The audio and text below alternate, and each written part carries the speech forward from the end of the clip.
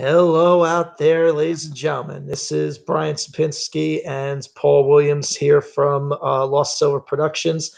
And if you're wondering why we've suddenly hit the podcast start button at so late a time, it's Saturday night. It's just before 11:20 p.m. We're not going to keep you long on this one. Let me just explain what it is that's happening. If you got some of you on who follow our site, what precious few there are, hopefully there are more, subscribe after this video.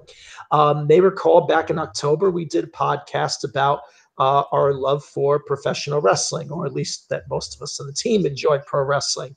And we got hit with a copyright strike for it because we pulled quite a few no-nos that night.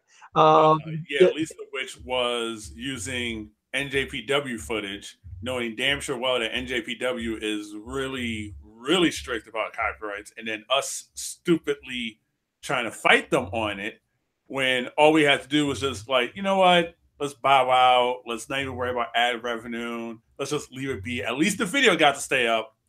And us appealing, for those that don't know, whenever you get a YouTube content claim, you have three options.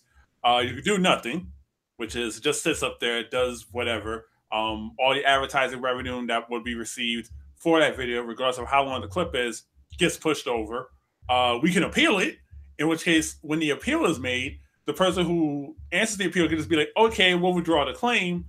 Or the one that happened to us was we hit appeal, they reviewed it, and they issued a takedown notice. So that resulted in the copyright strike being sent to us. Yeah, exactly. And if they didn't do it, Banzai and another anime company were waiting right behind them because of footage that Paul used for the intros of the animes based on Japanese wrestling legends Jushin Thunder Liger and Tiger Mask. Mm-hmm. So one way or the other, that video was probably going to get hit one way or the other. Yeah, we were in a lot of big trouble. All right.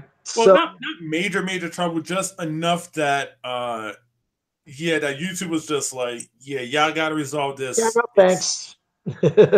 Yeah. So that was pretty much it. So anyway, but we promised that in an effort to make sure that that episode was in some way chronicled. I wish we had saved the video in the first place and then just put it back up later with the edited pieces out, but that's neither here nor there. But we promised that that convention attention number 17, as you see it listed, was going to be chronicled, and we're going to use this as the chronicling piece for it. And along the way, after Paul and I just getting over, and hopefully a lot of you guys as well, watch it, just being very exhausted by an extremely incredible, my first time ever watching NXT TakeOver. Thank you, Paul, for letting me borrow your WWE Network information so I can watch it down here.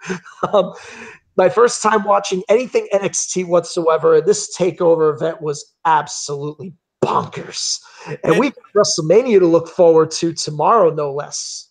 And that's the thing, though. This isn't the first time, if you've ever watched the NXT TakeOver, that it outperforms Raw SmackDown. It literally, like, this is the show. Exactly, because those of you out there, obviously, if you're true wrestling fans, you know that WWE is far from the only product.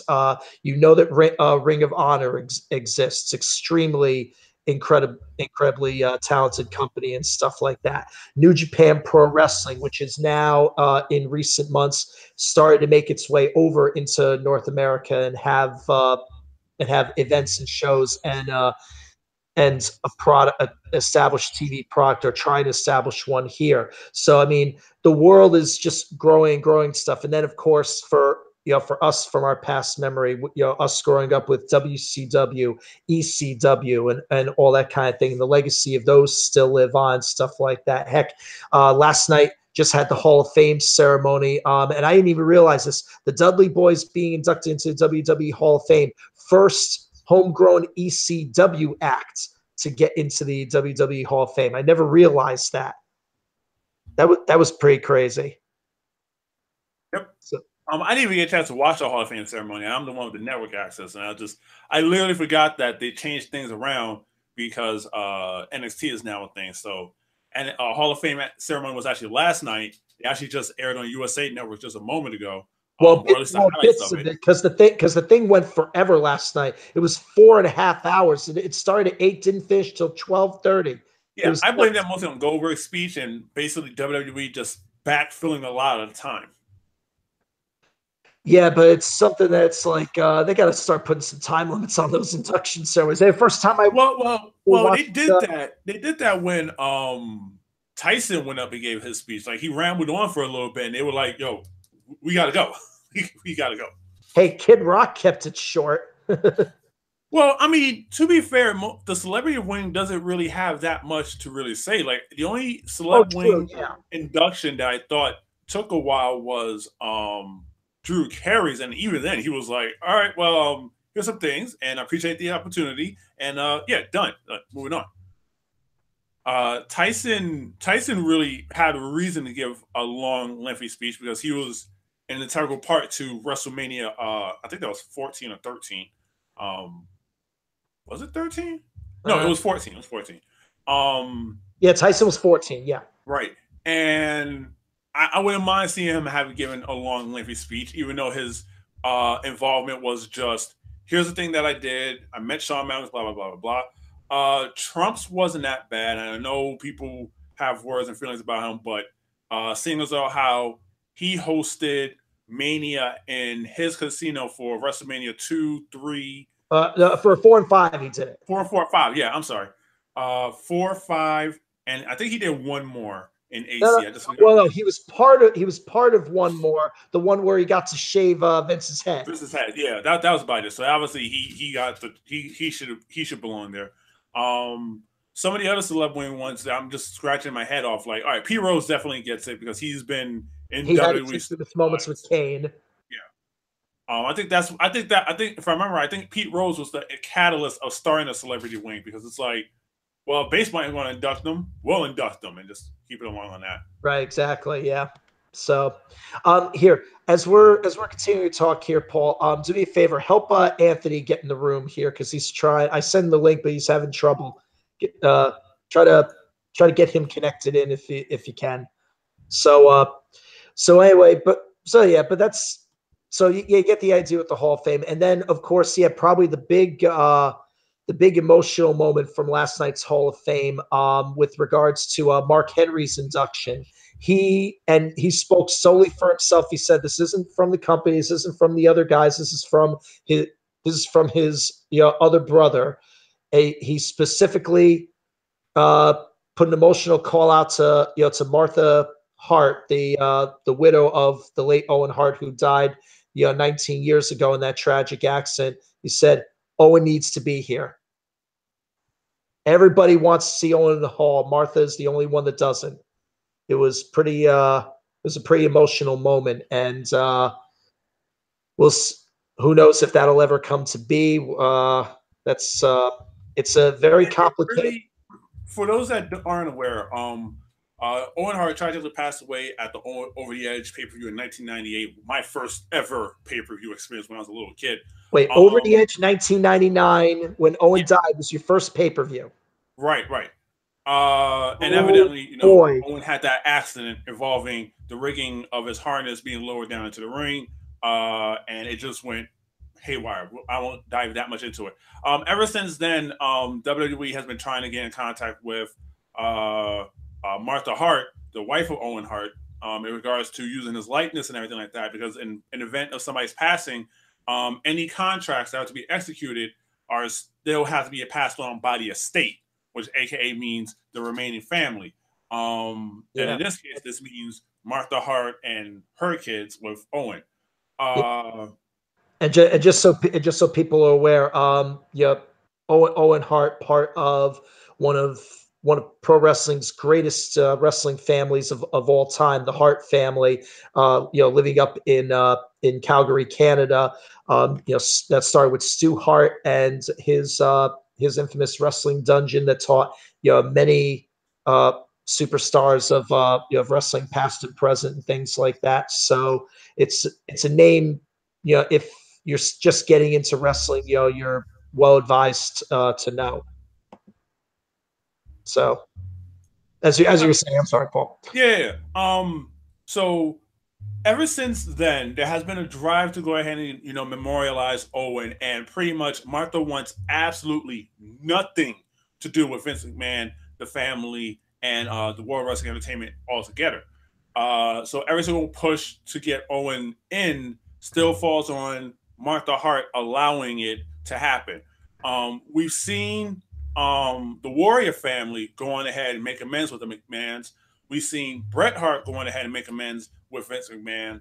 But Martha is just, no, we're not. I'm not doing it. I don't care what the fans say or whatever. And she's still holding. Vince and others accountable for it. So that's more or less It's what's going on. tough. Huh? It's tough. Yeah, no, that's really yeah, I don't know what is it you could really say regarding that. Like I said, she's right to do it. She's right not to do it. It's you really can't. You You really can't can't falter for one way wanting or to another. look out for Owens, what would be Owens' best interest.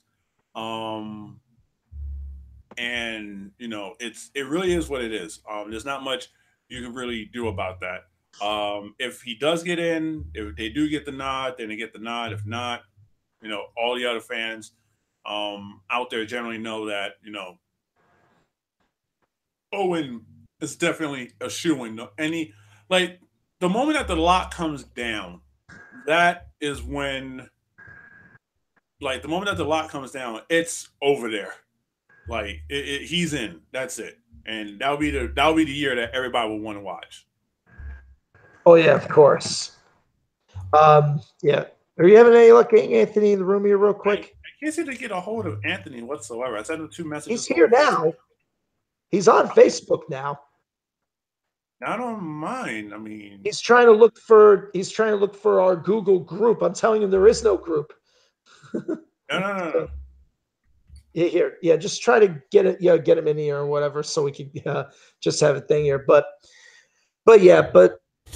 it's definitely gonna be something. And like I said, everybody who was there last night was joining that sentiment or whatever. Because like I said, Jeff Jarrett who got inducted, and we're still kind of surprised that he got inducted, considering he how much. Yeah, he's another one that you never thought would make up with McMahon and stuff like that or whatever, especially going between his time at the end of WCW, pretty much starting TNA / Impact Wrestling and being in competition for years and years and against him and stuff like that, and having a good product for a while over there, but well, so Jarrett's having issues with TNA in general, and like, being thrusted out of his reboot, Global Force.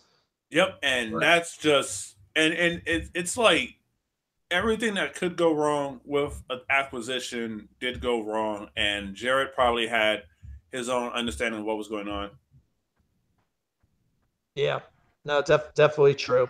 So, but if anything that served as a good enough catalyst to try to mend this bridge or whatever, and along the way, gave us an excuse to have during last night's Hall of Fame ceremony the worst karaoke session you've ever seen in your life, with him and Road Dogg Brian James serving up probably the worst rendition ever of the song that they had such a big angle with in the mid '90s, with "My Baby Tonight."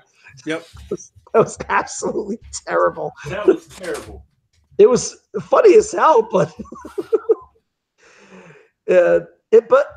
make no mistake, when I was growing up and I saw that, I'm not much of a country music fan, at least not compared to the rest of my family. I know that's not technically a true country song, but I still liked it. I thought it was decent at the time. But shows what I know. They sure didn't make it look like that last night. That's for sure. But Who knows?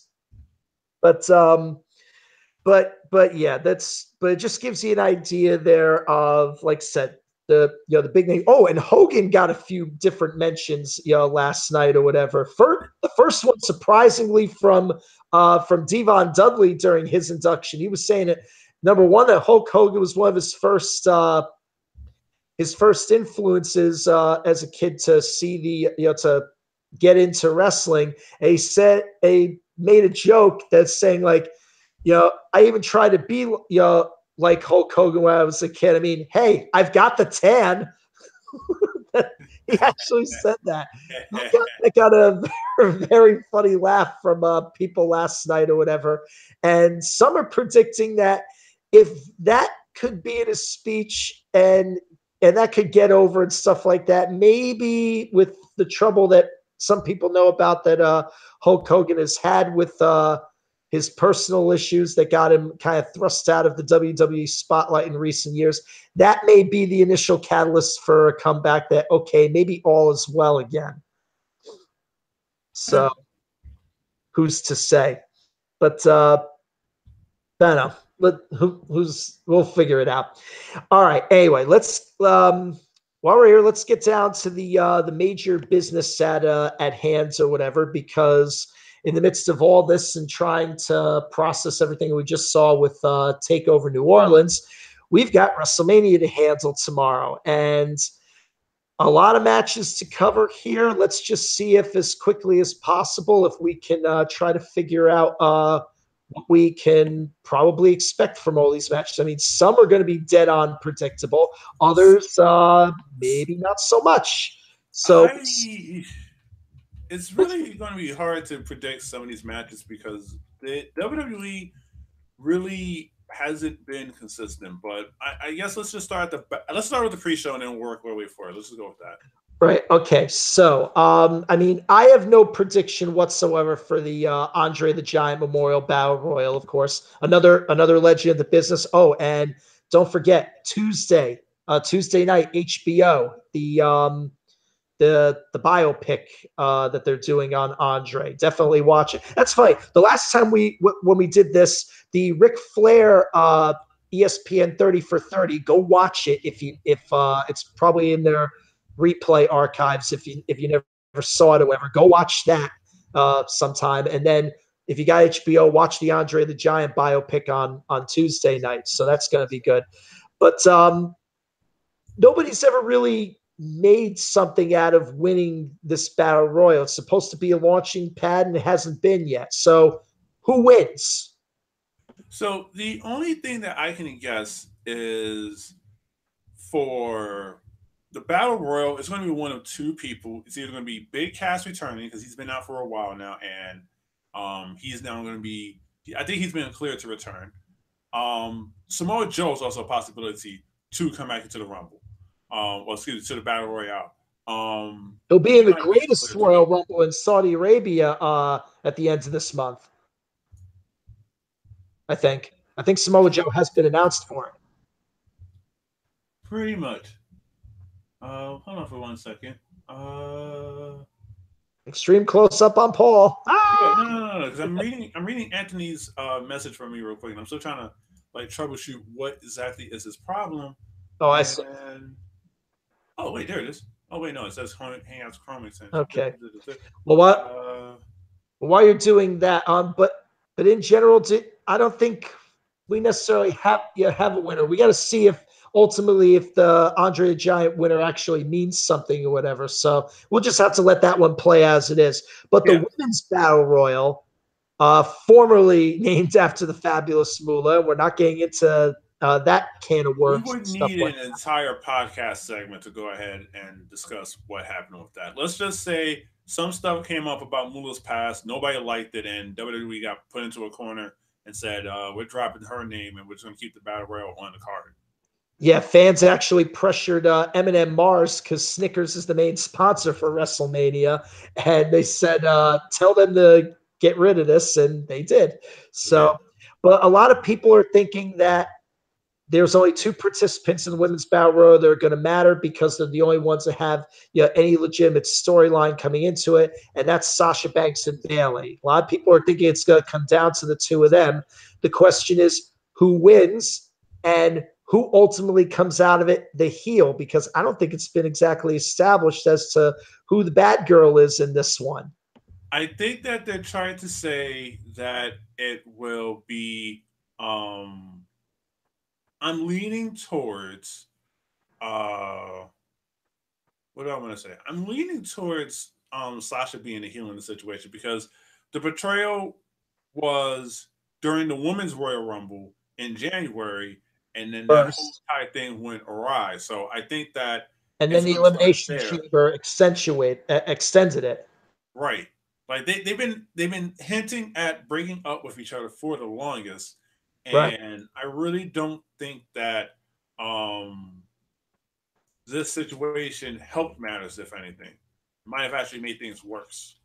Yeah. So Sasha tossing out Bailey during the Women's Royal Rumble back in January isn't really going to help matters. Wait, it works for me. Oh, Yeah.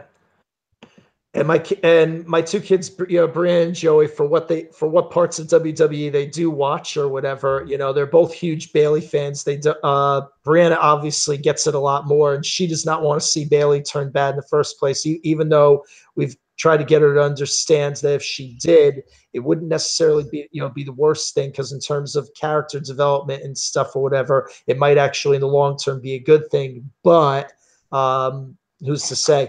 Probably seems the likely situation is Bailey will win, but then Sasha will have the royal beatdown after the match or whatever. That seems the most likely scenario, but remain remains to be seen. We'll have to see what happens with that.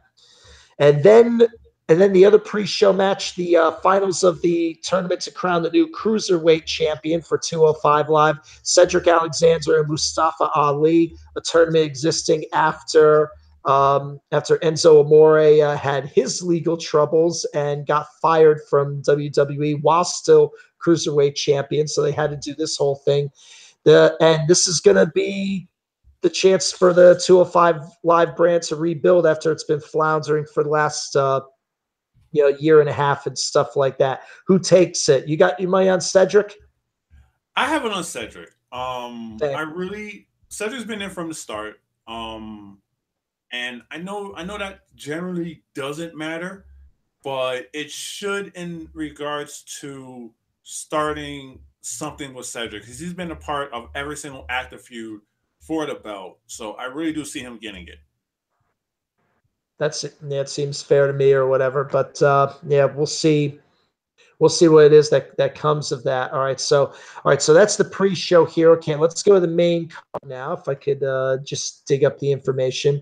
All right, okay. And yeah, almost every match. I didn't realize that almost every match was a title match. Just as there's only two exceptions. All right. Let's go through the two tag title matches first. SmackDown triple threat tag match. Two of the best teams that exist in all of WWE, maybe for the last decade or whatever, the Usos and the New Day. And if you have never seen Xavier Woods' Up Up Down Down video game channel, go watch it.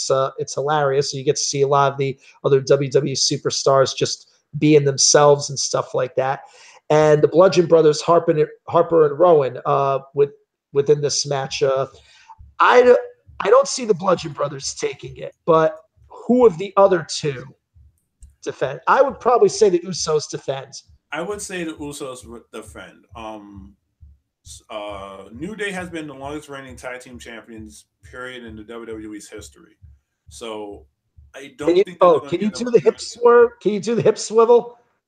No, I can't do it. Yeah, I you're know world I don't famous see WWE. WWE World Tag Team Champions. Breaking Demolition's record in December of 2016. Sorry, had Right. to do it. I don't see them doing that. Um, but I do see the Usos retaining, mostly because the Usos just barely had it. Um, it would be something. Oh snap! I didn't even realize that. What's that? No, Anthony evidently has Firefox, and Firefox doesn't work with Google Hangouts. Ha, okay, that's the problem. Yeah, see, this is why I keep saying we got to move off of Hangouts at some point, but that's another story We're for gonna another figure day. it out. Our silent producer still wants us to get our mugs off the thing or whatever because apparently last night was with Game Show Talking Fun looked a little bit ugly, but we'll get into that later. Oh, Um, I haven't seen it. Um, so which one are we on right now? well, we said Usos are going to defend. All right, Right. now let's get to the Raw side. We got the Bar, Sheamus, and Cesaro defending against Braun Strowman and whoever the heck his partner is going to be. And there's a name I've been hearing. Well, first of all, I'm going to say in the general, the Bar are going to defend. They're going to defend their titles too. I But I'm I okay. So I want to say that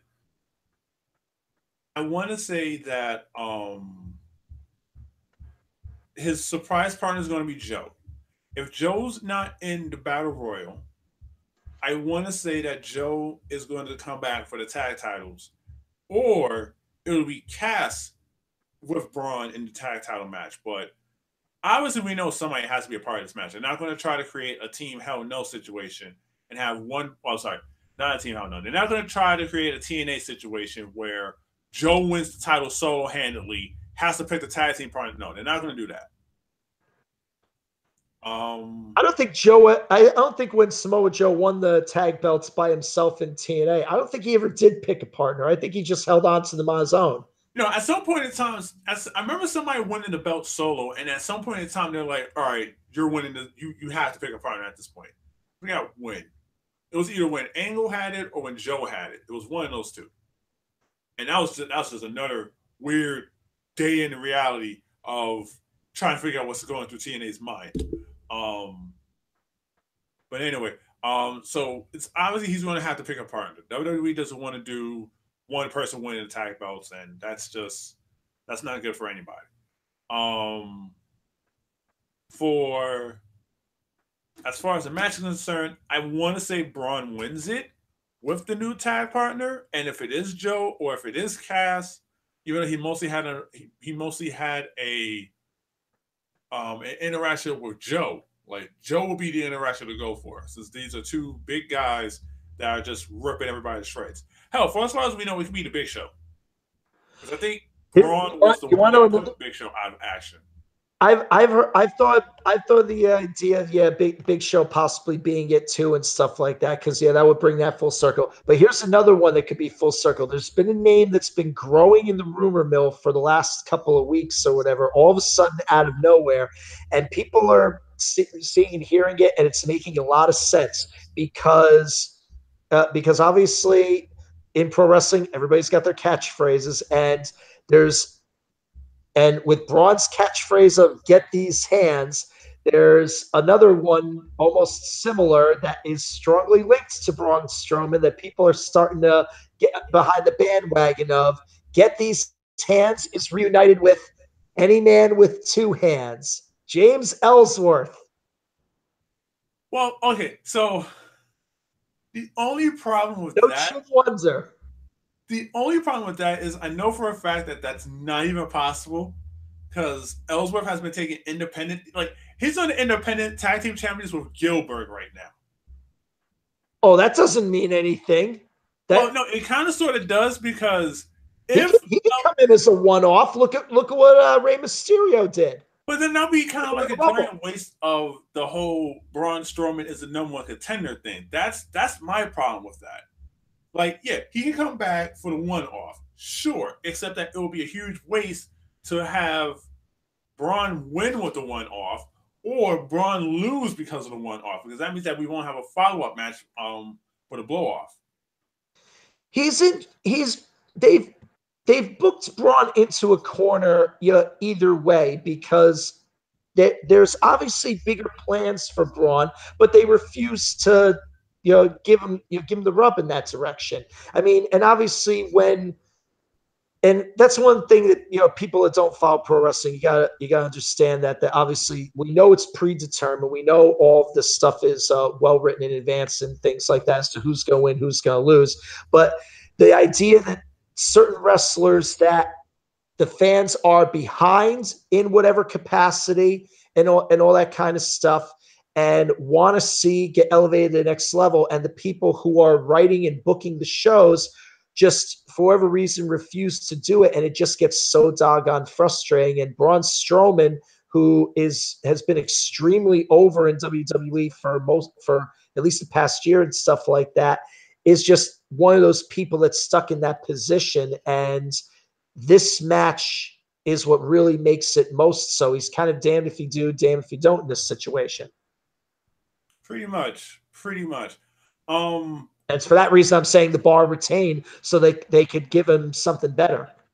I don't even know if that's a valid rationale because of the fact that, like, take a look at Rusev. Rusev is also caught up in a position of we don't know what to do with you. So because we don't know what to do with you, we're just going to keep like that's probably part of the reason why Rusev is in the U.S. title match, which we're going to come up on in a couple of moments. Well, yeah. Matter of fact, let's get into that right now because here's the thing. There was actually a report this week that Rusev was actually asking for his release from WWE, and him getting into the what is now the Fatal 4-Way for the U.S. title match was a placation to him or whatever. Now the question is, does he beat Randy Orton, Jinder Mahal, and Bobby Roode to win the U.S. title? I say yes, only because it's a fresh face. Rusev would get his WrestleMania moment at this time, as opposed to, I think he's been on a losing streak on Mania matches. I'd have to quickly double check. Right. But Rusev hasn't really done anything of note. If you've never seen it, his first WrestleMania 31, where he lost the U.S. title to John Cena or whatever. Look for his entrance, folks. He drove in on a freaking tank. I'm not kidding. A real actual tank. It was absolutely insane. It's one of the biggest and best entrances for a wrestler ever really ever, literally. It's we've seen some grand entrances at WrestleMania, of course, being the biggest show of the year is one of those things for that. But where do you get a tank? That's crazy. It was weird. Yeah, I'm gonna back that and say that Rusev wins the title. So we'll see if that prediction comes correct. Now, the other secondary title over on Raw, The Miz defending a triple threat against both Finn Balor and Seth Rollins. Three great wrestlers or whatever. I don't think that title's moving anywhere. I say Miz hangs on to the Intercontinental title. I say Balor takes it just to have everybody let that be the feel good moment of the night. Miz has been really been using the Miz Taraj and Maurice as a crutch and been defending it. Has been using it left and right, and I have this strong feeling, given what's going to happen. I'm sorry, given that this is happening on the big stage of Mania, he something is going to go awry. I mean, we saw it happen tonight in the NXT title match, and I would not be surprised if something similar happens on the IC title match. So my pick for that one is going to be Finn Balor. But knowing WWE and knowing how they always seem to have the bigger picture in mind, I would not put it past them to put it back on Miz. But as far as I'm concerned, it's probably going to be Balor. Okay, and I'll say this. I wouldn't fault that logic. The idea of one of the other two winning the Intercontinental title. I'd rather have Balor win it than Rollins if that were the case. And in the Miz's case, it wouldn't be such a bad thing since a week and a half ago he just became a father for the first time. Him and Maurice had their daughter a few days early and stuff like that. So I mean, it would give him a chance to actually take some time off TV and be home with the baby and stuff like that. But I would also argue in favor of Miz actually winning the belt or hanging on to the belt for two reasons. Number one, well, actually, one reason really, and that's because they've been talking for the last several weeks in the Miz's case how he's literally now days away from, because he's in his 8th Intercontinental title reign. He's one shy of the all-time record for Intercontinental title reigns. Chris Jericho, another great of the business, has the record with 9. But in terms of total days being Intercontinental champion, Miz is literally now just a couple of weeks away from breaking the legendary Pedro Morales' record for cumulative reign of Intercontinental champion. If he beats Balor and Rollins at WrestleMania, it's easy to say that he'll hold the title till at least the next pay-per-view Backlash, or I'm sorry, at least the Greatest Royal Rumble at the end of this month. And by the time the Greatest Royal Rumble happens in Saudi Arabia at the end of this month, he'll have broken the record. So for that reason, since they've hyped it up so much, I think it would make sense from that perspective to have Miz hang on to the title. Yeah, he's about 24, 22 days away from actually becoming the longest. This is the dog's this is barking. really a record that I do not even personally acknowledge, mostly because of the fact that it's really kind of trivial. I'm sorry. It's pretty much add up all the days that you have been champion and see how many days that is. Like that's not really anything special. It's just WWE playing to the internet crowd. I'm here. No. Anthony will be joining us in a moment. Yeah, I finally convinced him to put Google Chrome on his computer, so he should be here momentarily, if not sooner. No problem. But generally speaking, I don't like the. Oh, dude, missed the spot. I shade this point, but I generally speaking don't like the advent of this is a record to be broken. It's like, no, you're literally running stats. Like to me, the only one true record that needs to be broken is Honky Tonk Man's 454, which technically speaking, CM Punk could have did with the WWE Championship. And that's probably going to be the closest that we're going to have to a reachable, lengthy title reign. Because let's face facts, nobody's touching Mula's 10 or what's his name's 8 years as champion. Like that's not happening.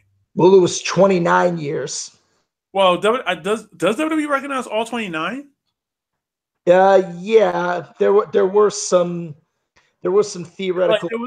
That's the problem. There was some. Reality, there were some breaks in the action, but back in those days, we're talking about decades ago, long before the internet ever existed, and people need to understand, decades ago, wrestling was very territorial. Like WWE and in its previous incarnations was mainly a Northeast promotion, so it's like, if it happens somewhere else across the country, or even in another country altogether, like in Tokyo and stuff like that, yeah, there might be a title change over there, but we didn't talk about it up there because how do you hear about it? Didn't really happen or whatever. Pretty much. Looking up on Wikipedia right now, they have a total number of days as champion as 10,000. WWE only recognizes 3,000 of those years. So WWE only counts 10, but to be fair, she probably had it for about 30-ish years, whatever. Close to 30-ish years. Yeah, 29 is always the number I keep hearing. So yeah. But yeah, WWE only recognizes the first 10, and even then, nobody's touching that 10. Nobody's touching Bruno Sammartino's 8.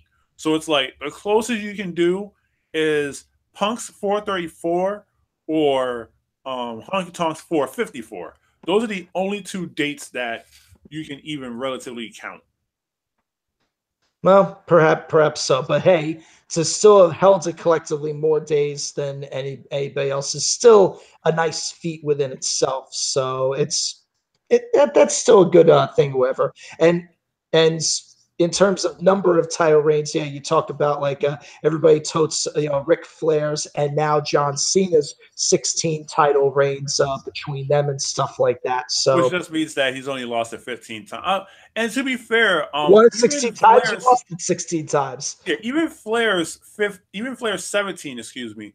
Well, That's not even they're Ric both Flair's they're both true acknowledged as number, 16, but huh?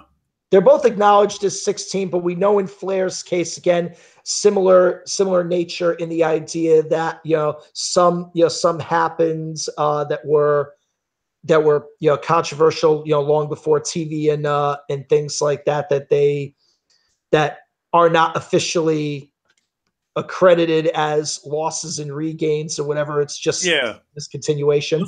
Let's also not forget that that the WWE only recognizes title belts from WCW. They only count reigns from WCW, WWE, ECW technically, and they count NWA. parts of the NWA. They don't count Yeah. all of the Well, you're NWA. right. They only Parts count of the it. Yeah. WCW parts. Yeah.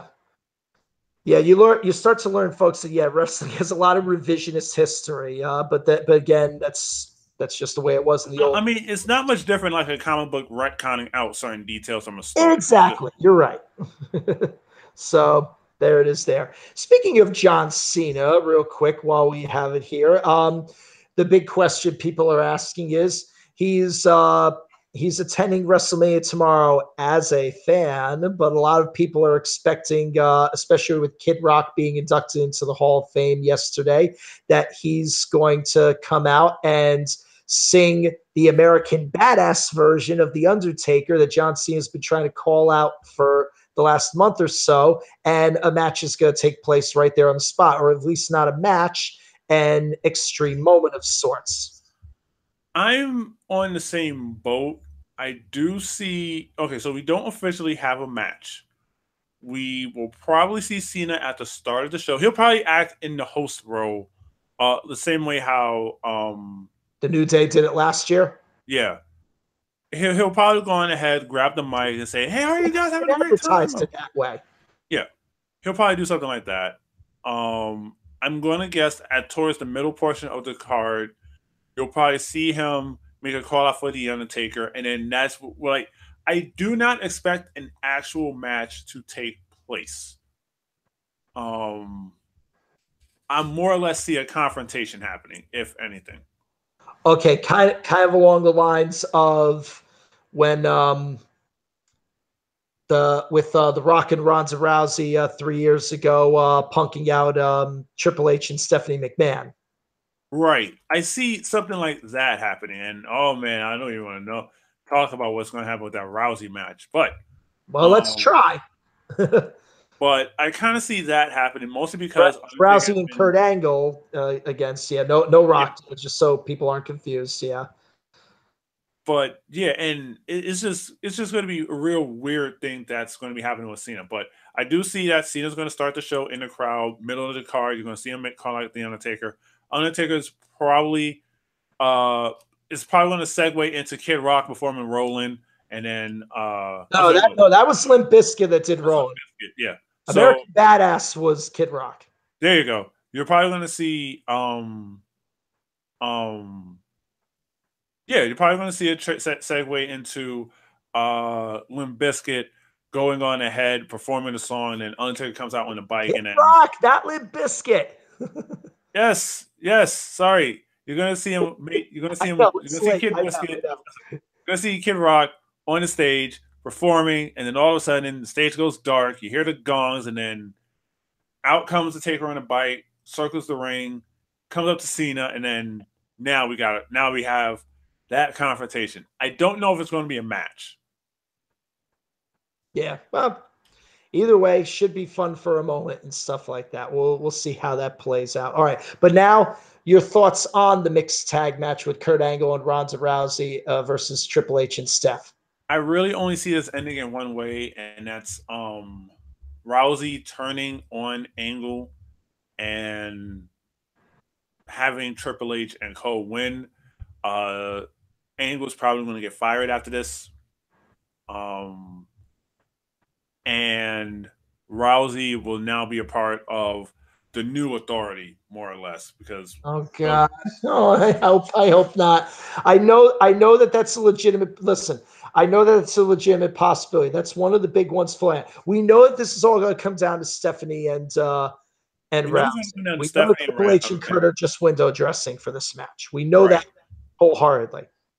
But yeah, the scenarios are that either Stephanie does actually get her comeuppance, which it's like, I mean, people need to understand the McMahons in general, the McMahon family, Vince, his kids, Stephanie and Shane, more so Stephanie than Shane does. But they see themselves as the gods of wrestling, mainly because their company is the big one still standing after all the Monday Night Wars of the 90s and stuff like that or whatever. So, I mean, it's like they see themselves as untouchable, but like Stephanie is the absolute worst with regards to it because it's like her character has and persona have bemeaned everybody, have belittled everybody that's in that she comes in contact with in front of the camera in wrestling or whatever. And it's like she never gets people never are able to get retribution on her and stuff like that. So I mean, people are begging for Ronda Rousey to be the one to do it or whatever. So I mean, it's like hopefully that is what happens. But the other two possibilities that do exist are that somehow Steph does get the win because in the ultimate punk out embarrassment, she knocks out Ronda Rousey somehow, maybe with a chair from behind when the ref's back is turned, and then does a submission while she's out cold, and it's declared a submission win like that. And then the other one is like what you said, Paul, that she turns on kind of like what we saw with Roderick Strong and Pete Dunne tonight within the tag team championship match. A sudden turn at the last second that she turns on Angle, right, and hands the win to the Authority, which everybody hates that Authority thing because again, Stephanie gets no comeuppance. Just continues to Neither of them, neither Triple H nor Stephanie get any sort of retribution, and that is part of what made the alliance angle at that particular point in time incredibly tedious to watch because there's nothing is going to happen to Triple H, nothing is going to happen to Stephanie. This is the ultimate bad guy win story. Like there's no, like you're never going to catch them. Like the original Authority angle was just really tedious and bored. Like the only relief that you had, and this is sad to say, the only relief that you have from the Authority storyline was the fact that the Authority, hey, there's Anthony, we can see him now. What's good, bitches? There we go. All right, but one of the main problems that happened with the Authority is the fact that I'm sorry, the only salvation from the Authority is the fact that the Authority never appeared on SmackDown. That was the only salvation that you had to the whole Authority Live storylines. Even when if you call that salvation, yeah. Well, wait, that's the only escape you have from it. Like Stephanie and Triple H never appeared on SmackDown. All of the main, like I know the running joke is that SmackDown is the B show. Well, it works that it's the B show when the Authority was around because they did not care about SmackDown. They seldomly made an appearance, and 99% of the time, it's always either Michael Cole or Corey Graves saying, "Well, we just got word from the Authority that this match is happening." Blah blah blah blah blah. Yeah. But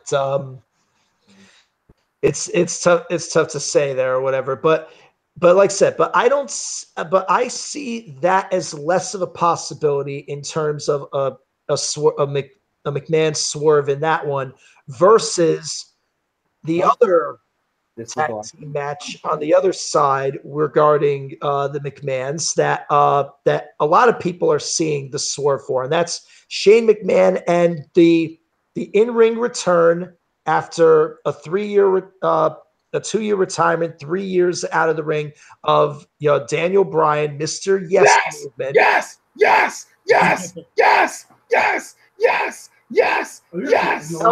You can tell Anthony is excited, folks. Taking on Kevin Owens and Sami Zayn, and Owens and Zayn have to win to get back on SmackDown. If not, they remain fired. And a lot of people are thinking they are going to win this match. The question is, on the other side, people are expecting one of the two, Shane or Daniel, to turn on the other. The question is, who turns? I think it's going to be Brian because it seems as though there's been more of a rivalry between Shane and Daniel managing wise on SmackDown. So I think that it would probably be Daniel more than Shane that would do the heel turn. I've seen it a lot of times when Daniel actually did stuff like this back in the Indies. So to be perfectly honest, he's the logical candidate. I mean, Shane, he had his heel turn years ago when he was a bit younger. Nowadays, I think it's more, like I said, it's more Daniel. And besides, he still has a lot riding on being a competitor now more than ever, especially since he had his baby Birdie Joe. Still don't know why they call her that. Anyway, we ever understand celebrity baby names? I don't think we do. That is true. That is true.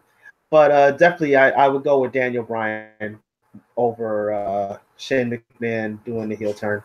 I have it the same exact way, mostly for the same reason that you did. Um, Shane needs to be the face in the McMahon family. Triple H, Steph, Vince, they're all heels. Vince could come out and say, "I'm fighting Roman Reigns tomorrow," and it would still boo Vince. That's just the Mr. McMahon character for you. Like, it's ingrained into him. Like, there's nothing that Vince can do to go ahead and be a face, no matter how hard he works at it, because they're going to still see him as the evil promoter that he's been archetyped to since the dawning of the Attitude Era and where that whole thing started up. And the Montreal screw job, yeah. Yep. Well, I definitely agree with that. That's not even a first screw job. We was talking Moolah before. There was a screw job involving her and Wendy Richter back in like '86 that I just recently came up on. Right. But still, it's still going to be Vince as the bad guy. So Shane needs to be the face. Shane needs to be the good guy. Shane needs to be the sane member of the family that would have no problem in coming back and putting Stephanie and Vince back in their place. Like, he's the only person that could dish out retribution to them. Let's not counting that one weird, awkward match at No Mercy several freaking years ago, which, dear Lord, I do not know why Vince and Stephanie did that, but I definitely agree with Paul because when it comes down to it, Shane has always been more of the face of the McMahon family as well as his mother, Linda. Vince and Stephanie were always the heels, even though Stephanie was more on the should I be heel, should I be face, should I be heel, should I be face. It's the whole thing with that. But Stephanie and the only time I remember, Stephanie was her brief time being general manager of SmackDown when she let John Cena smack her in the ass. Oh, that was one of my favorite SmackDown moments of all time. I loved it. Weirdest SmackDown moment of all time involving the McMahons, I think, but that's beyond me. He was really playful at that time. That was when Stephanie was really trying to work the crowd into liking her, and then slowly, like, I don't know who fed her this info, but somebody evidently fed her, like, we really like you as a heel. And I'm like, no, stop that. Leave her be. Because no, like I said moments ago, the whole heel authority kills promotions. Like, it really kills the fun out of it. Yeah, definitely agree with that. Yeah, it's been played out for way too long. That's for sure. But like, I would understand, like, I like the whole dynamic that we have now on Monday Night Raw where Vince comes in and makes a once-in-a-lifetime appearance and then does some heelish stuff. Well, not really heelish stuff, but, he comes in and he establishes the law. That's the way how it should have been from the time of the original brand split, which it did happen that way. Vince rarely made decisions overriding the GM. I think he mostly did it to Bischoff because, again, nobody goes to SmackDown. Don't know why. Even when you had the original WWE Championship the original undisputed championship being decided on both brands, they mostly went to Raw and it barely went to SmackDown. Granted, you see the champion there, but most of the title matches were Raw SmackDown matches, except that one seldom SmackDown title match that I lost money on because I was like, "There's not changing the title hands on." Oh, they changed titles. Oh, okay. Oops. But no. It generally is Speaking of what it owing worked. money, Paul. Huh? Speaking of owing money, Paul. You still owe me from the Royal Rumble of 2008, bro. Yeah. Oh, That whole story pay I per don't view know was just about. weird.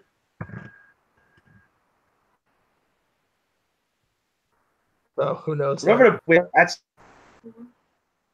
So What we was got that? that there. Okay, wait. I'm just shooting you some messages on the side. Just while we get some things. That's for you, Ant. The messages over there. Let's see. Okay, women's titles. Okay. You got Alexa Bliss and Nia Jax over for the Raw title. Charlotte and the first ever Women's Royal Rumble winner Asuka over on SmackDown title versus streak.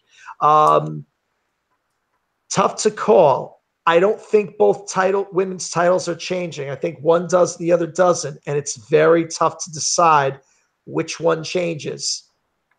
But everyone I think and one their changes. mama. I'm letting you know right now. Everyone and their mama is going for Asuka for the SmackDown Women's Championship match. I know me and all of my friends are. And then there's a possibility where Carmella might actually pull a Rollins and cash in her Money in the Bank briefcase then. But even so, she'll probably lose the match. And then that's when Carmella, as well as AJ Styles, I heard rumors about this, might go to Raw in a draft. We don't know if Possibility, the yeah. draft is actually happening this year because this will not be the first time that WWE ignores the draft, especially with the greatest Royal Rumble. Why Superstar did they shakeup, name as it they this? call it. Especially with the greatest Royal Rumble happening 2 or 3 weeks after Mania. I would not be surprised if we see the draft after that Royal Rumble event, which I just found out will be in fact be airing on the WWE WWE Network. Network starting at 12 noon Eastern time. So Well, because look how far ahead they are in time wise for us in the world. They kind of have to. yeah, oh no, I have no complaints about that. It's just gonna be weird watching WWE television at 12 noon. Yeah, you're right about that. But there are other matches that we have to talk about for tomorrow's WrestleMania. Yeah, Well, you're here's Who the do you thing. think is going to win the United States tag? Yeah. Real quick, just so you can catch up. List off your winners. Just don't necessarily get into long explanations. Just the two battle royals. Your winners. Okay, women's battle royal. I know they're going to probably have some. For the guys, just for the women. Yeah, the women's battle royal. I know they're going to have some classic wrestlers come back for this one. But if I had to pick a winner, I'm torn between two. Either Sasha Banks or Bailey. Not so much Bailey. More Sasha Banks or Mickie James. Yeah. Okay. Because the storyline coming into is Sasha versus Bailey. That's why everybody thinks it's down to the two of them. I don't know, because they tried that at the Royal Rumble and look what happened. Yeah, but you could have them actually finish it on this one. Well, yeah, but if you really want to have a good match with Sasha and Bailey, make it a one-on-one match. Don't make it so that it would be in the Rumble. This would be the final catalyst for it. Now, well, who knows? We'll see. Yeah, well, we'll see. Okay, cruiserweight: Cedric Alexander or Mustafa Ali. I'm sorry, no contest. Cedric. I've been following him since his indies. Definitely. Right. Intercontinental. Ooh, who's Miz going against? Finn Balor and Seth Rollins. Yeah. Paul's got Finn. Right. Got Miz. Ooh, a triple threat. Okay. Love Miz. Love Rollins. Love Balor. as much as Balor still deserves his rematch for a belt that he never lost, I'm going with Balor. Okay, so I'm outnumbered on that one. Okay, okay, U.S. title, Fatal 4-Way. We both have Rusev, Rusev Day winning, going over Randy Orton, Bobby Roode, and Jinder Mahal. Nope. Nope. This will be a glorious victory for Bobby Roode. Nope. Bobby Roode's back, huh? I'm sorry. I got to go with Bobby Roode. Stands alone on that one. Okay. Tag belts, triple threat, Usos, New Day, Bludgeon Brothers. Ooh. The Usos. As much as I want to go with the Usos.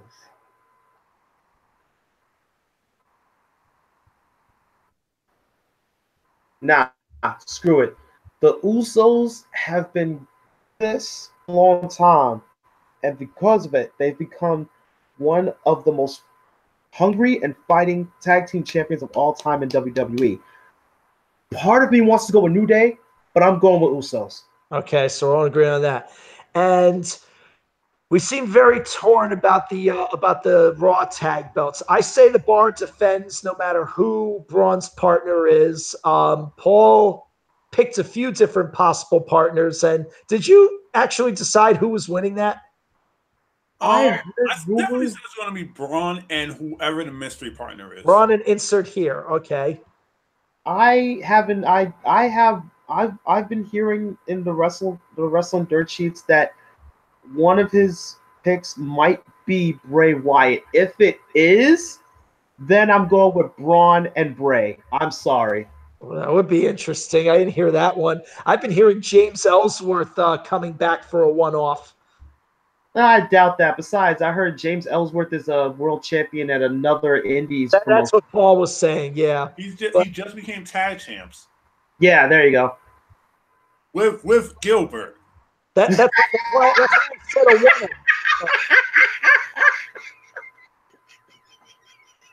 For those that don't know, Gilbert was WWE Dwayne Gill at poking fun at WCW during the Monday Night Wars over their homegrown star Goldberg, who also just was inducted to the Hall of Fame yesterday. So he was pretty much WWE's parody on Goldberg. Let's just call it a spade a spade. That's what I said. Oh man, but I actually met the guy. He's actually a pretty cool guy. I believe it. Yeah, I imagine so. So let's see. Okay, so what are we saying now for the women?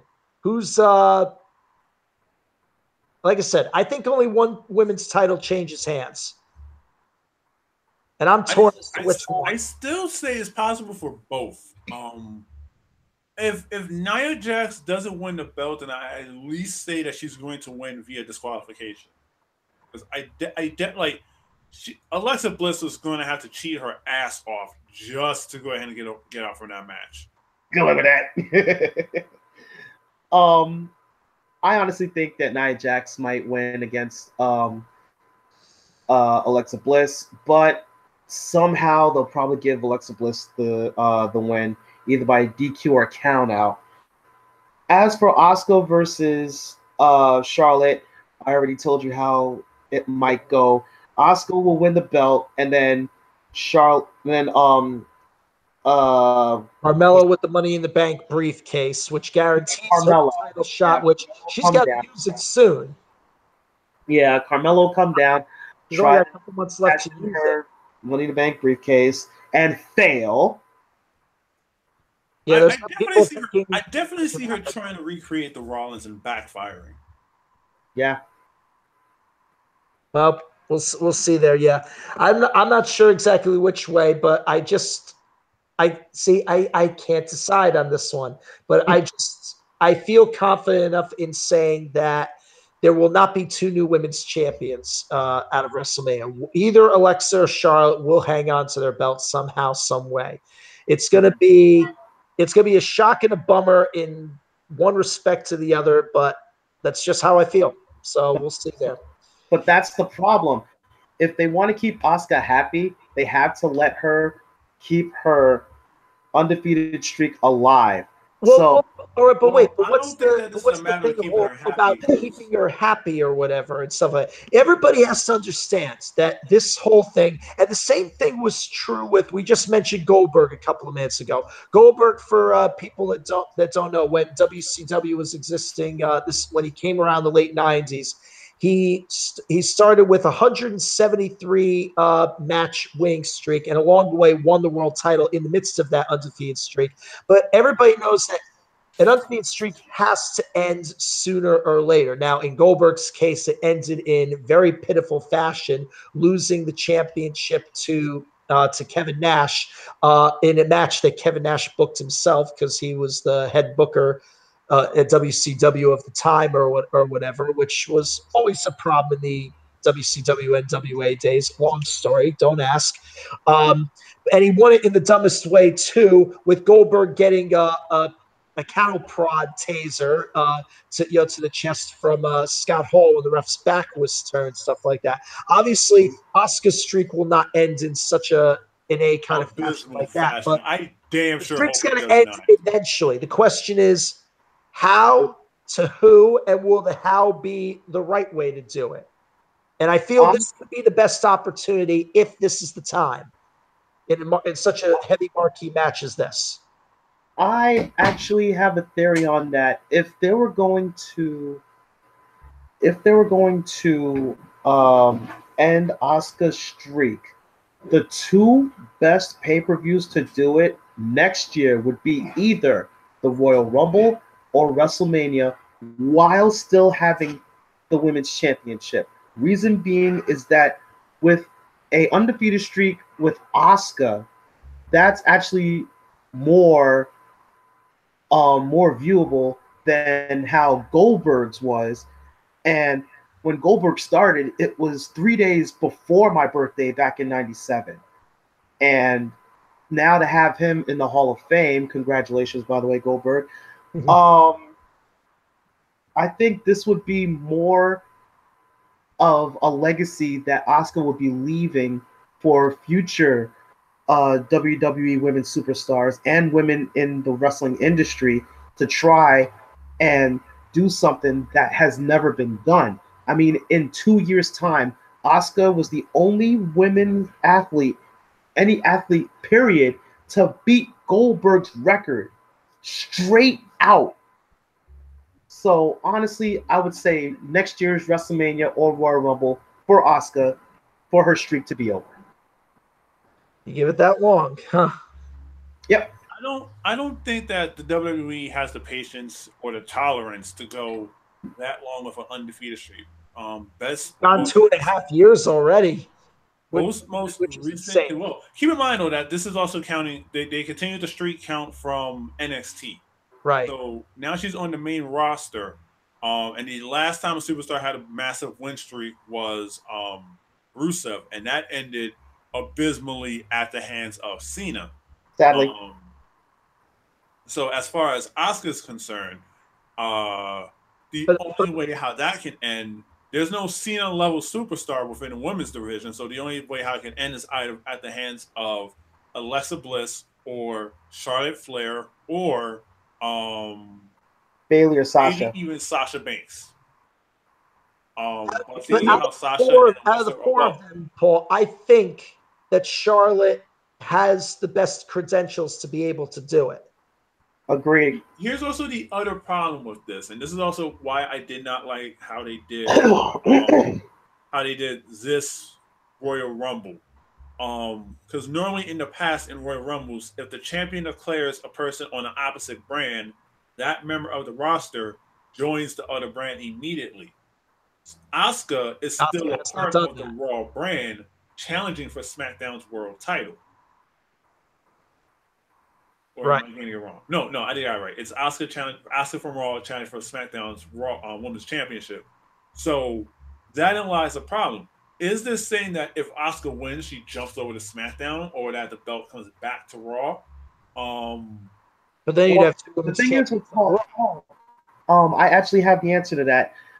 There's another rumor going around with the because I said this earlier.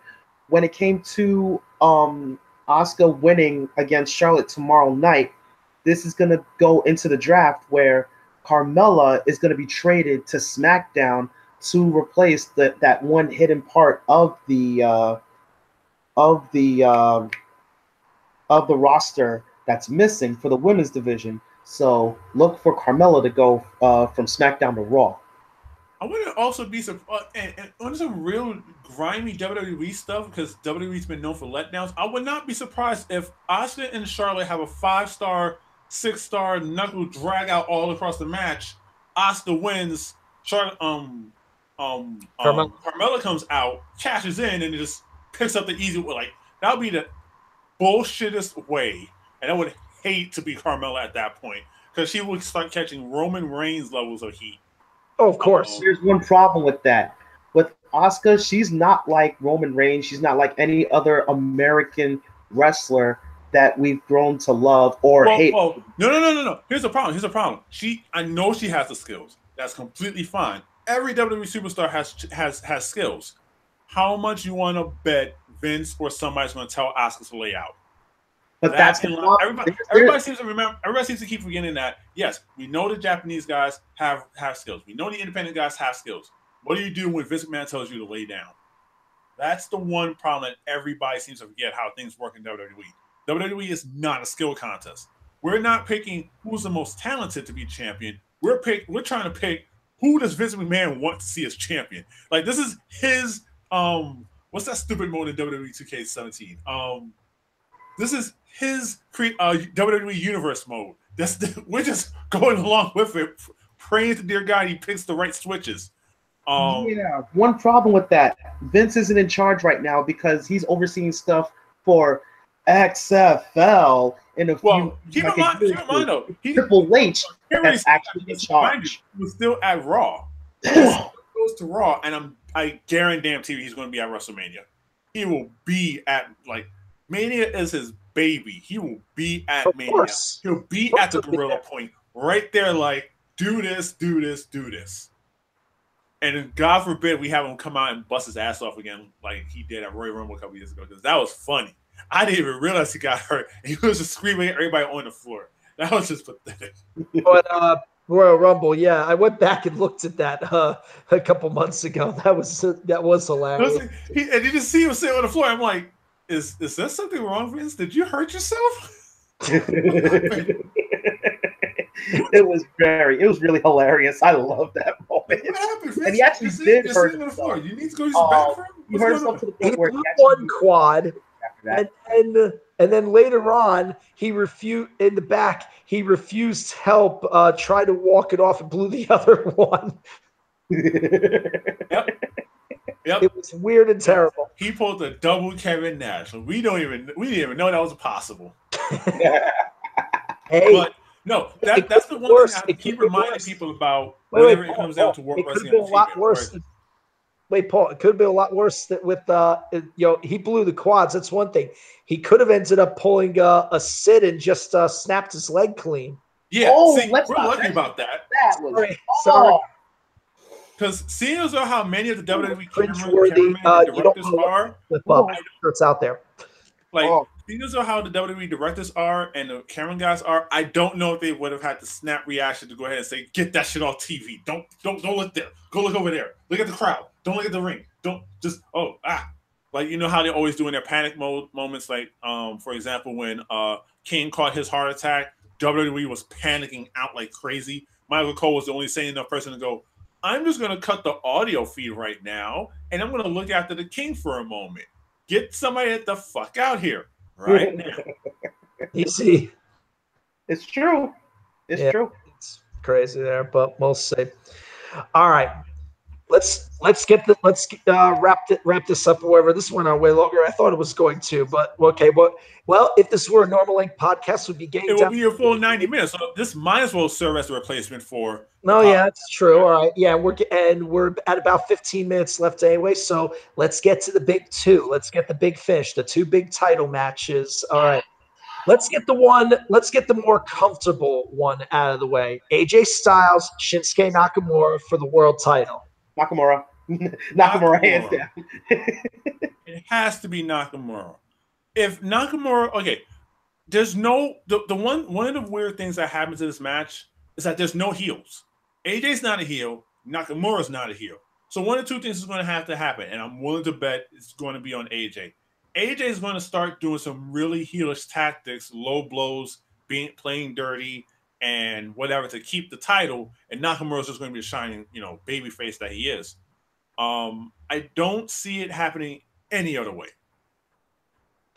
Well, I may have to agree with you on that because this is a matchup that a lot of people have been wanting to see since these two were both in New Japan Pro Wrestling. Matter of fact, the last New Japan Pro Wrestling match that these two were ever in, they were in a tag match, and at that time, Shinsuke Nakamura was on his way to NXT, and AJ Styles was the IWGP World Heavyweight Champion at that time.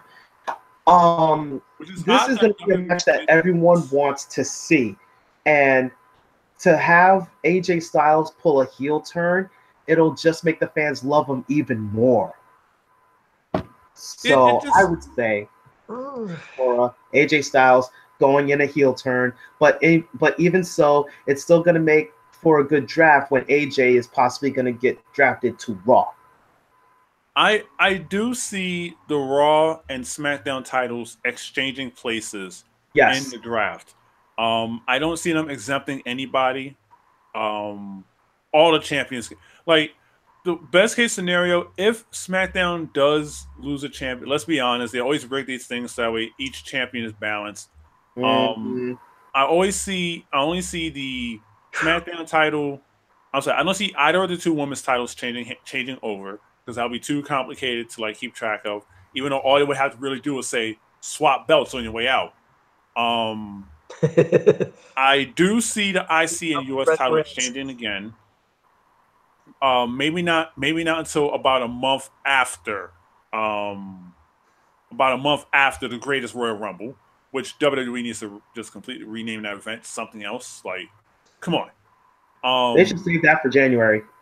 No. This is the India Saudi Arabia event. This is the India specific one, and I'll make sure to give out the full details of that as I post it up on WWE.com about that. Anyway, but for as far as this title is concerned, the WWE Championship, it's going to Nakamura, or it's going to look really, really bad that WWE hyped this up for a possible change. Like, this is a chance of going to get a new face. Both of these guys are faces. We need a heel, and I pretty much would rather see a heel mess with Nakamura than a heel mess with AJ Styles. I totally agree. Okay. We're all in agreement that Nakamura is going to win the title. Yeah. I don't, however, agree with you guys in the idea that AJ has to pull heelish tactics in order to do it. Okay, because yes, the match plays off better when there's a good guy face, a bad guy heel, as is the typical wrestling formula. But there have been plenty of double face matches that have worked extremely well in things like that over the course of the years. John Cena and Daniel Bryan at SummerSlam 2013, probably the best, most recent example in years or whatever. But as in terms of WrestleMania main events, we go back 32 years, or not 32, 28 years. I'm sorry, I'm doing my math shoddy. Hulk Hogan and Ultimate Warrior. They did not. They were both faces. They didn't have one of them, go heel. And for what it was worth, that went extremely well and stuff like that. The only problem with a comparison like that is the fact that that was a different WWE than it is now. There's no internet. There's no social media. There was really no way to get word about anything other than old school news publications that still exist. But that's why I mentioned. But that's why I mentioned about like Daniel Bryan and John Cena at SummerSlam 2013. How that was, however, or even let's be fair. Let's be fair. A few WrestleMania, about 10 or 15 WrestleManias with John Cena and Shawn Michaels. That was a double face. Let's be fair with both of those matches. In both of those matches, the crowd was still anti-Cena. Yeah, Cena was portraying the face. That's fine. No one wanted to see Cena win. Oh, I didn't say I'm that. right. No, that was that's not there's no way denying that, but just again understanding the circumstances coming in and stuff. But yeah, like I said, I don't think he has to turn bad in order to No, be good. he He doesn't could have to still turn have an bad, but excellent classic. he Keeping the doesn't have to turn bad necessarily, but I do see him like getting real desperate towards the end of that match. And this is going to be this is either going to, I hope they're not going to do what they did 3 years ago to Batista, but this is either going to be the mid card, as in the middle of the card main event, or this is going to be a sub main event before um Reigns before the and last one that Lesnar. we have to talk about here with the Universal title with Roman Reigns going against. Well, okay, and I got to do it. I got and I hope I don't wake everybody up upstairs as I do this in my hopefully best Paul Heyman impersonation. The reigning, defending, undisputed Universal Champion Brock Lesnar. Did that come out okay? That kind of did. Well, I had a half whisper it because if I scream at the top of my lungs, I'm going to wake everybody up upstairs. So, and a lot of people feel like they know what's going to happen with this one. Roman Reigns Everyone wins. knows what's gonna happen. Nobody wants Roman We Reigns to already win the title. know Only that Vince McMahon wants Roman Reigns with the title. He's wanted Roman Reigns as the face of the company for the past 3-4 years, but nobody has wanted it because they recognize it for the John Cena Well, push. here's what's gonna happen. But it's going to happen. The question is how. Because we already know what's going on with Brock Lesnar. He already re-signed with UFC, so he already says that he's not going to re-sign with WWE. He's leaving after WrestleMania. So Brock Lesnar is going to drop the belt to Roidman, ain't nepotism of bitch Gaines, aka Roman Reigns. And then we're gonna have Roman Reigns as champion for a long period of time until SummerSlam. I'm That's going to go so when far as to say SummerSlam. no. He is going to drop the belt at SummerSlam to John Cena. I wouldn't even go that far. No, You also have, because between now and SummerSlam, you still have Money in the Bank. That could work towards somebody's advantage. And we don't know if they're going to do two briefcases or one. That's the other thing. We don't know. We're only going to find out until that particular event. They need to do 4. Huh? They need to do 4. Oh, Yes. You're not. Wait. 4 Money in the Banks. Two for the women, 2 for the men. 1 for the WWE Championship, 1 for the Raw Women's Championship, and 1 for the SmackDown Women's Championship, unless we go 3 and have 1 briefcase where I can go on either show, which will probably be the women's, for the women's, and just be like, "Hey, I'm here. Guess what? I'm cashing in." Oh god, that'll be. They're probably going to end up doing that for the women's because there's no. As I warned people when we did the original brand expansion, I'm sorry, not the original brand expansion. When we did this brand extension, there's not enough women on both shows. Like, you would have to literally draft up everybody from NXT to Raw SmackDown to have a full Royal Rumble. And they did the worst thing that ever freaking they did the worst thing imaginable. Like, they kept the Women's Rumble at 30. They used SmackDown and Raw's roster. They brought up some of NXT's roster, which I'm like, okay, sure, Kairi Sane, Ember Moon, and a few others. All right, I can dig that. Then they started bringing back the older WWE superstars, Trish Stratus, Phoenix, Michelle McCool had more eliminations than anybody in the Women's Rumble. And I'm just like, who are you? Why are we doing this? You don't need to be here. Go back to serving the Undertaker's kids food and stuff. No, go. Damn it. I think my friend Quan would agree with you because most of the women that came out in the Women's Royal Rumble, if you watch my my reaction video on YouTube, he basically says to almost every woman that comes out there, "No one cares about you." Pretty much. Like no offense to Molly Holly, but she hasn't been relevant since the Hurricane era. Like Stand back. There's a hurricane coming through. that's the only problem that I have with that. But I'm glad to see her though, because I'm like, hey, she should have been like, I really don't think that she should have left. Oh, I get you. Yeah, exactly. Like I was like, WWE could have did so much with her, and she was still agile enough to go ahead and compete against the men. She took stunners like there was nothing. Yeah, but unfortunately, during the Attitude Era, well, the end of the Attitude Era, when we had the Invasion Era, right? When she was still with the Hurricane, and the Hurricane and her were part of the Alliance. So unfortunately, when the Alliance was gone, most of their superstars pretty much went belly up. No, they didn't necessarily go belly up. They mostly went, we have nothing for you. We wish you the best in future endeavors. That's pretty much what happened to them. Yeah.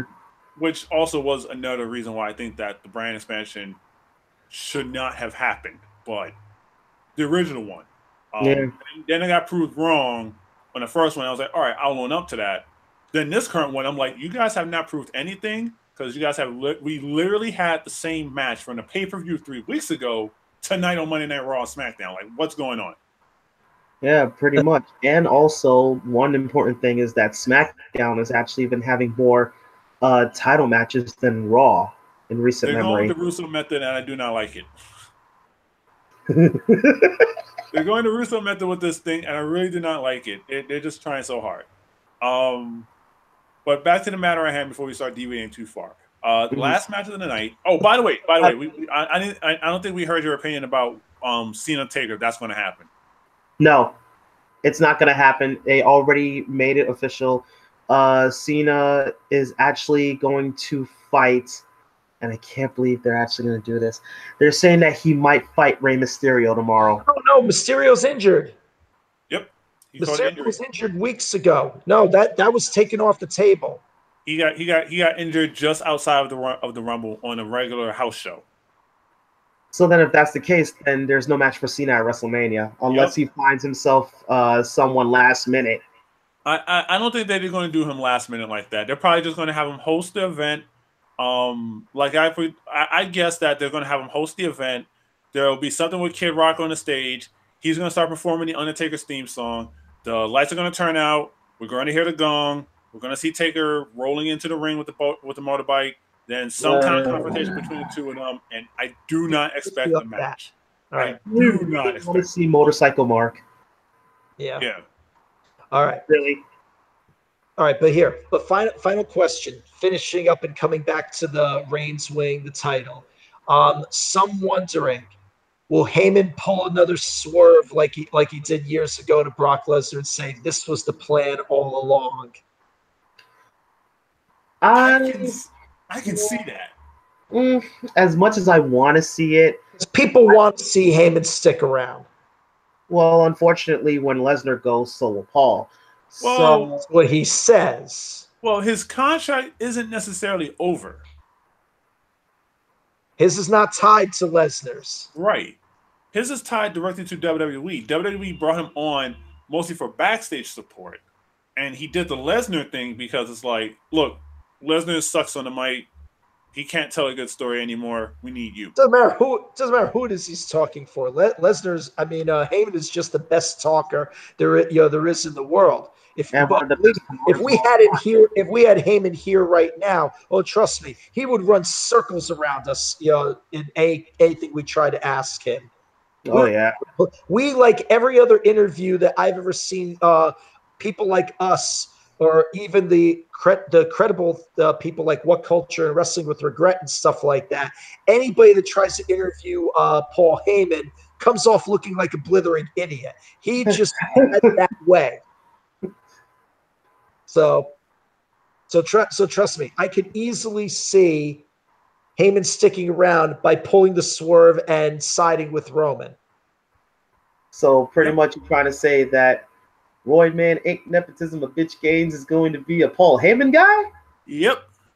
Well, okay. So if that happens, and I'm not saying that it would, but if it does happen, what happens to the Shield?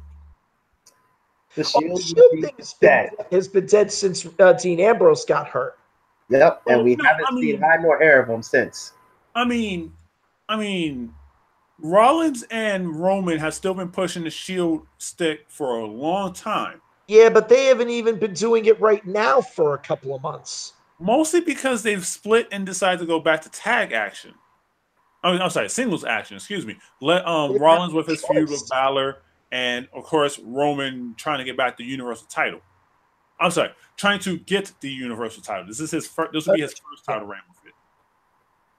So, but it's gonna be weird or whatever. But well, it looks like we'll just have to wait and see how everything all plays out.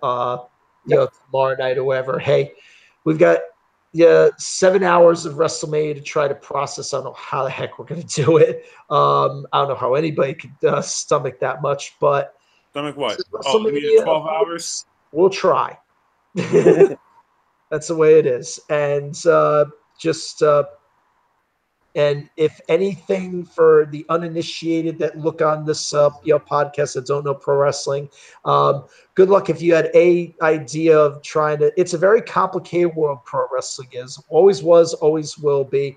But if you can follow the story of it, even for just a second, and if we helped you in any way in doing that, more power to you. Hope you become a fan. Buy a few T-shirts maybe along the way. There's plenty of catchphrases out there. So, Support indie wrestling. huh? Support indie wrestling. Yes. Support independent wrestling too. Support Ring of Honor. Support New Japan. I mean, support everybody. If you find you like wrestling, support wrestling all around. That's all that matters. So whatever. Yeah. Even yes, Bullet Club too sweet. Okay. Hey, we got to get one reference in. All right, we got to pack this up here because it is way too late, and I'm amazed I didn't wake anybody up. At least I don't think so. All right, we will be back in 2 weeks on Friday night, the 21st, or not the 21st, the I can't do my math. The 20th, I'm sorry, with our regularly scheduled convention attention podcast, which is going to, at Scott's behest, even though he's probably not going to be there because of what he announced on Game Show Talking Fun last night with working on his new job as a poker dealer and stuff like that. We're going to continue the discussion about the Legend of Zelda. And try to see if we could put the bow around the more recent games and stuff like that, so we can finish that discussion and move on to other things. We'll do that on the 20th, and we'll figure out what topics happen on over there. And well, there'll be more things coming up on the channel very soon. In the meantime, We got subscribe. we got KindaCon next week. We have KagawaCon Con, right. following. Yeah. Next Saturday in Morristown, the 14th. KagawaCon on the 21st in Middlesex County College. We have CPAC in May. Castle Point in May, right? May 19th. And we have Anime Next June. I'm sorry, no, not Anime Next. We have BorrowCon June 17th, the weekend after Anime Next. Correct, yes. And then after that, I believe we also have Liberty City Anime Con. That's August. We got I don't think we're doing anything in July. Okay. We got like I said, the spring is always the busy time, so that's the one we got covered there. So either way, if you're in the New Jersey area, come see us next Saturday and the Saturday after at KindaCon and KagawaCon, and we'll walk you in from there. I'm going to be changing the banners after we get done with the show or whatever. I've got the pictures saved or whatever, but we'll talk more about that later. Right now, we got to get out of here. It's late. We need sleep. So, so for Paul Williams, Anthony Ellison, who managed to get in there, Brian Spitsky here. Support, like this video. Support us on YouTube by subscribing. Subscribe to us on Facebook. Subscribe to us on Twitter at Game Show Megamix. All the good stuff. We will see you guys soon for more convention attention, Game Show Talking Fun, all that stuff. Good night, everybody. We'll see you. Stay sweet.